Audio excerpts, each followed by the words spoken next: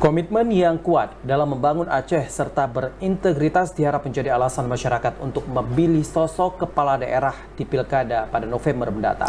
Alasan ini juga dinilai menjadi solusi bagi Aceh keluar dari predikat provinsi termiskin di tengah besarnya dana otonomi khusus yang diterima.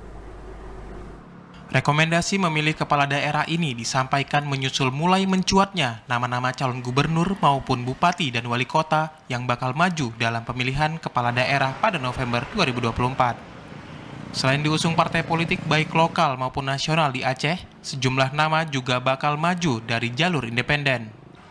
Pengamat politik Universitas Syah Kuala Effendi Hasan mengatakan, komitmen kuat membangun Aceh dibutuhkan mengingat kompleksivitas permasalahan yang dihadapi, termasuk predikat miskin di tengah besarnya dana otonomi khusus yang diterima Aceh.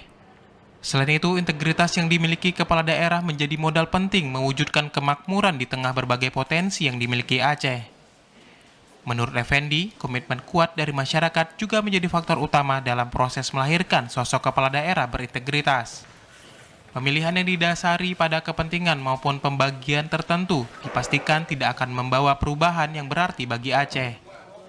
Lepas banyaknya calon yang akan muncul, tentunya bagi saya melihat bahwa pada Pilkada tahun 2024 diperlukan sosok-sosok pemimpin atau calon-calon gubernur yang punya visi yang kuat, ya, punya komitmen yang kuat untuk membangun Aceh.